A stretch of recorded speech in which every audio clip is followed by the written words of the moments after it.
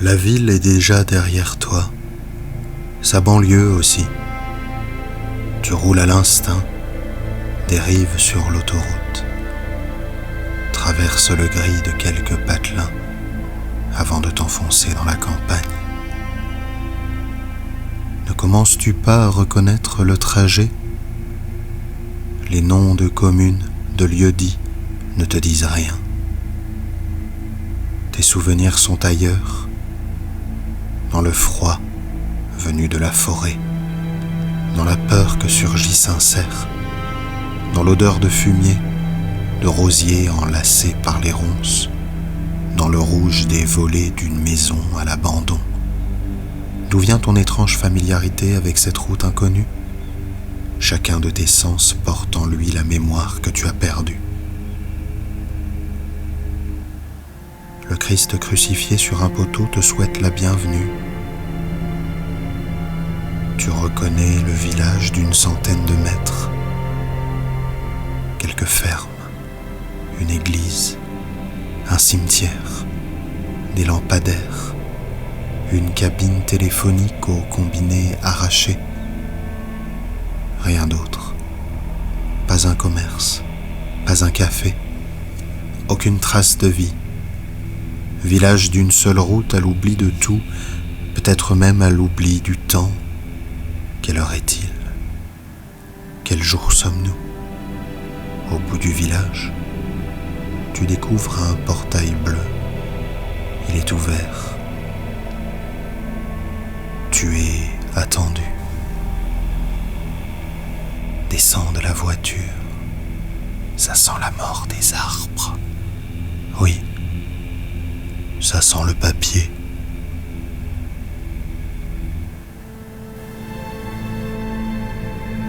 Tu jurerais qu'il y avait un frêne centenaire devant la pergola. Son absence t'obsède. Ce lieu ne t'est pas étranger.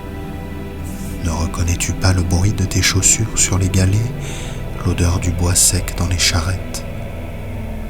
Tu pénètres dans la grange le poing serré. Dans quel bout cette paire de bottes s'est-elle enfoncée pour puer de la sorte ? Celui qui les a portées a sûrement déterré une histoire morte, fermentée, engrée du récit qui pousse en toi, à peine passé le pas de la porte. Les volets sont clos, la pièce est seule depuis longtemps, à l'oubli des heures et des hommes.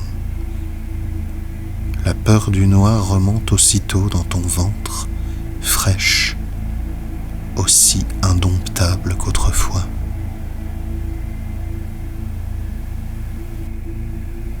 Tu longes les murs de pierre, tu t'éclaires à l'écran du téléphone tel un homme dans une grotte, torche à la main.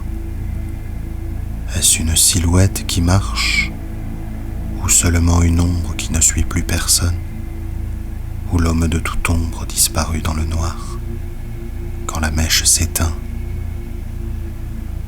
Les ouvrages vierges de toutes lignes, les couvertures désertées sans titre, sans nom d'auteur, piles de livres tous étrangement vides, usés, probablement morts d'avoir été lus et relus.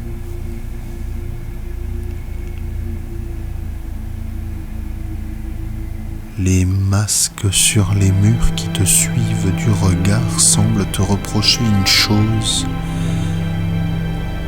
Origine de ce récit peut-être. Tu reçois leur anathème. De quelle hérésie te condamne-t-il ? Tu as toujours cru n'avoir jamais cru en Dieu. Aujourd'hui, tu ne peux ignorer sa présence, son jugement. Le Christ à l'entrée du village te revient à l'esprit. Cherchait-il à te prévenir ? Un prie-dieu t'appelle à t'agenouiller, à te soumettre et confesser un péché dont tu ne te souviens pas. Comment te décharger de son poids, ignorant tout de la faute, du crime commis ? Le portrait du jeune homme, son air neutre, pourrait prendre les traits de n'importe qui, même les tiens. Étrange de reconnaître un visage inconnu. Serait-ce ton autoportrait? Ou le portrait de la voix qui écrit en ce moment même? Vulnérable, à la merci de la moindre porte à ouvrir, tu entres tremblant dans la chambre à coucher. Tu découvres un autre tableau de couleurs vives, deux personnages souriants dansant côte à côte. Sur le mur qui lui fait face, le gribouillage au feutre sec d'une guerre sans merci contre l'ennui. Quelques jouets échoués dans un monde adulte. Un visible frère des solitudes sans fratrie. Ami imaginaire. Silence d'enfant jouant sagement dans la chambre. Ça vient du grenier.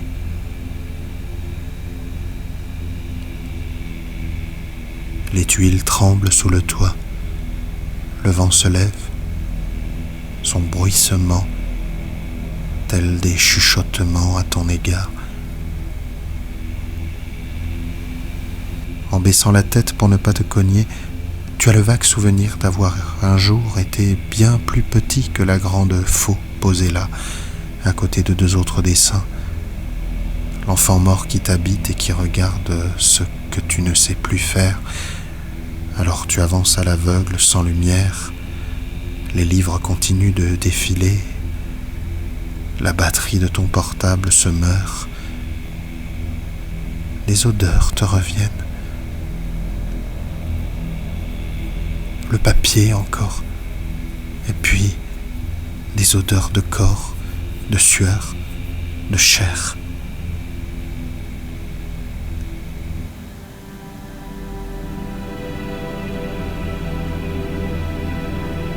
Qui est-ce? Ce garçon de 7 ans, assis à son pupitre. Qui est-ce? Il pleure, mais ce n'est pas un caprice. Ses larmes ne réclament personne. Elles sont seules, sans secours.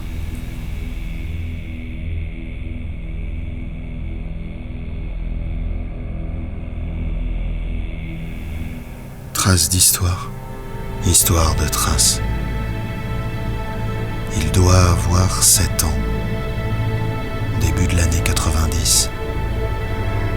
Le père lui annonce qu'il doit écrire un texte qui sera probablement publié en fin d'année. Il ignore ce que publier signifie. Le père lui explique que son texte sera accueilli dans une revue, sur du papier, comme les livres de leur bibliothèque. Il y sera auteur parmi d'autres. Le texte sera dactylographié et imprimé. Dactylographié,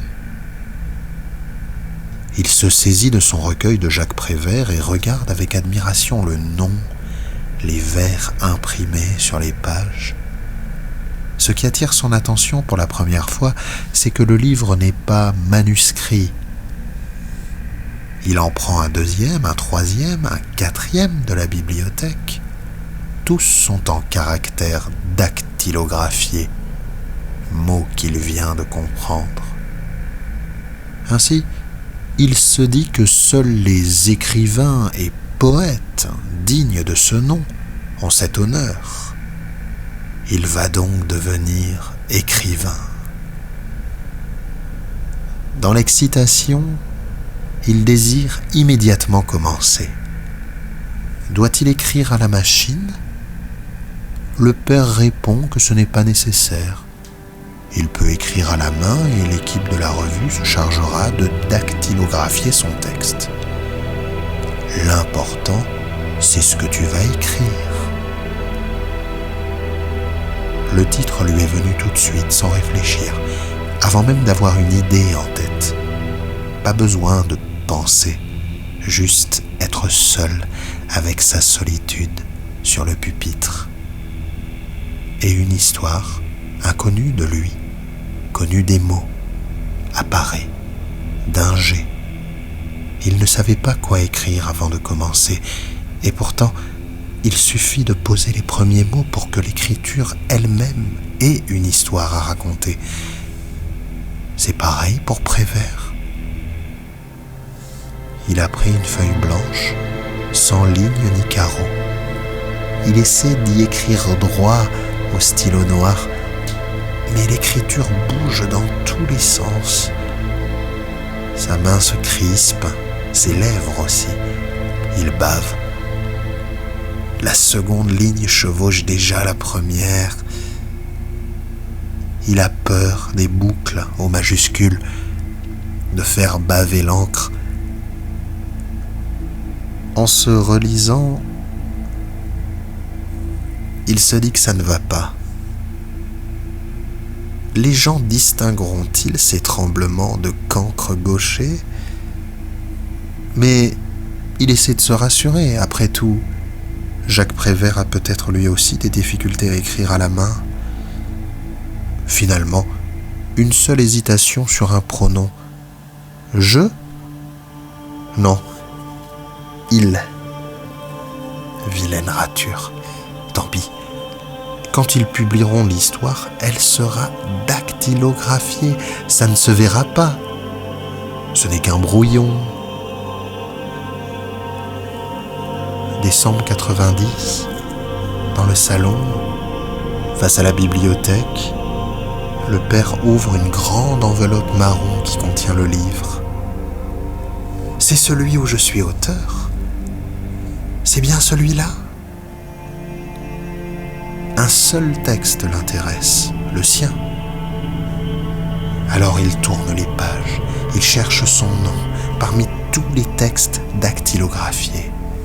Et soudain, à la page 77, il découvre avec stupeur que son texte est le seul du recueil imprimé manuscrit. Tout y est, son écriture ridicule, sa rature. Mais pourquoi n'ont-ils pas dactylographié ce texte comme tous les autres ? L'histoire d'Émile n'était-elle pas digne de sérieux, de respect ? Submergé par la tristesse, il part se cacher pour pleurer. Il se sent trahi, humilié. Plus jamais je n'écrirai.